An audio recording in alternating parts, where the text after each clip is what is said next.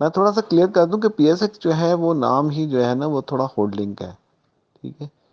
دوسری چیز یہ ہے کہ ہم یہ ابھی تک ڈسائیڈ ہی نہیں کر سک رہے ہوتے جس وقت آپ پی ایس ایکس میں انٹری دیتے ہیں. نیو کمرز ہوتے ہیں، آئیڈیا ہوتا نہیں، ہاں جی کسی بندے کو پروفٹ ہوا اور سم تھنگ اس میں انٹری جو ہے وہ جمپ لگا دی اور اس میں وہ غرق ہو جاتے ہیں، اور جو بعد میں جا کے کہہ دیتے ہیں کہ جی یہ لاس ہو گیا.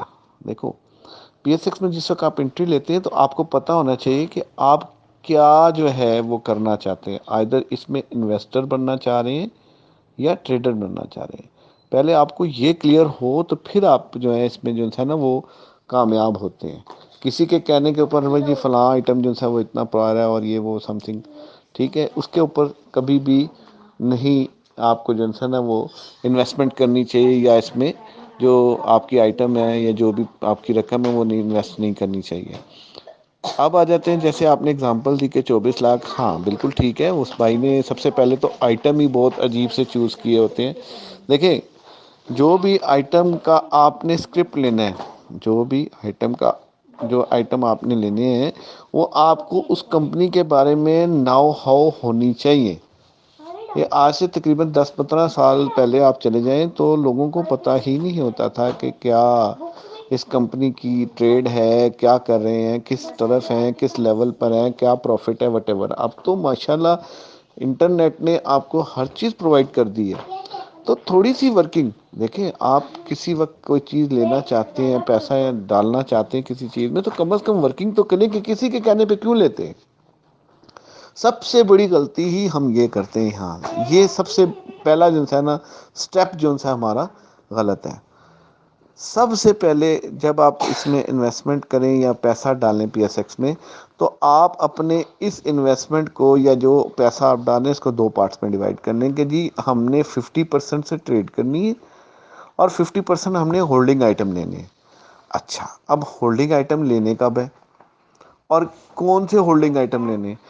وہ آئٹم کہ جو فنڈامنٹلی جو ہے فنڈامنٹلی جو ہے وہ اسٹرانگ ہے، کہ جن کا ایک بزنس ہے، پروفٹ ہے، کمپنی پروفٹ میں ہے اور اچھا پے آؤٹ دے رہے ہیں، ان آئٹم کو اٹھا لینا ہے. لیکن ان کو اٹھانا کب ہے کہ وہ 52 ویک ہائی کے اوپر گیا ہو تو آپ اٹھا لیں. ٹھیک ہے، تو جناب یہ تو بات ہی غلط ہو جائے گی نا. ہمیشہ آپ کو رسک اینڈ ریوارڈ ریشو کو بیس بنا کے اگر آپ نے لانگ انویسٹمنٹ کرنی ہے تو اس کو بیس بنا کے اپنے پاس رکھ لیں کہ 52 ویکس لو کے قریب قریب ہو تو اس وقت اس آئٹم کو آپ لیں تو آپ کبھی مار نہیں کھائیں گے. ٹھیک ہے جناب، یہ تو ہو گیا آپ کے لانگ انویسٹمنٹ کے لیے کہ جی آپ نے اس کو جو ٹو پارٹس میں اپنے کیش کو ڈیوائڈ کیا. اب آ جاتے ہیں ٹریڈنگ کا. ٹریڈنگ میں بھی آپ نے 3 پارٹس میں ڈیوائڈ کر لینا ہے. آپ نے 1 لاکھ انویسٹمنٹ سپوز کیا آپ نے، تو 50,000 کی آپ نے لانگ کے لیے ٹریڈ انویسٹمنٹ کر لی جو آئٹم میں نے جس طریقے سے بتایا، اور 50,000 جو بیس بن گئی آپ کی اب ٹریڈنگ کے لیے. اب یہ جو 50,000 آپ کے بچ گئے ان کو آپ نے 3 پارٹس میں ڈیوائڈ کر لینا ہے. ٹھیک ہے، ایک یعنی ابھی 50 کو 3 پہ ڈیوائڈ کر لیں تو جتنا بنے گا اس میں ایک میں آپ نے ٹریڈ ابھی کر لینا جو آپ کے ریٹس چل رہے ہو، آپ کو پتا ہو کہ یہ رجسٹر لیول ہے اس میں آپ ٹریڈ کرتے ہیں. ٹھیک ہے، ان کو آپ ڈے ٹریڈ کو بیس بنا لیں اور اس کی بیس کے اوپر آپ ڈے ٹریڈنگ چھوٹی موٹی کرتے رہیں. اور ایک کچھ جو سیکنڈ ہے وہ آپ سوئنگ کے لیے رکھ لیں، ہفتہ 10 دن 15 دن کے لیے ان کو کیا نام ہے رجسٹر اسٹاپ اس پہ اسپورٹس پہ اٹھا لیں اور اس کو کلیئر کر لیں. ٹھیک ہے، ایک کیش آپ کا جو تھرڈ پارٹ ہوگا اس کو آپ ٹوٹلی اس کیش کو ٹوٹلی آپ جو ہے اپنے پاس ہولڈ رکھیں گے. جب آپ کا انڈیکس نیچے جائے بالکل نچلے لیول کے اوپر کہ آپ کو پتہ ہے کہ آپ 2,000-3,000 پوائنٹ جو ہے وہ انڈیکس نیچے جانے والا ہے، وہ لیولز ہوگا آپ کو آئٹم اٹھانے والا.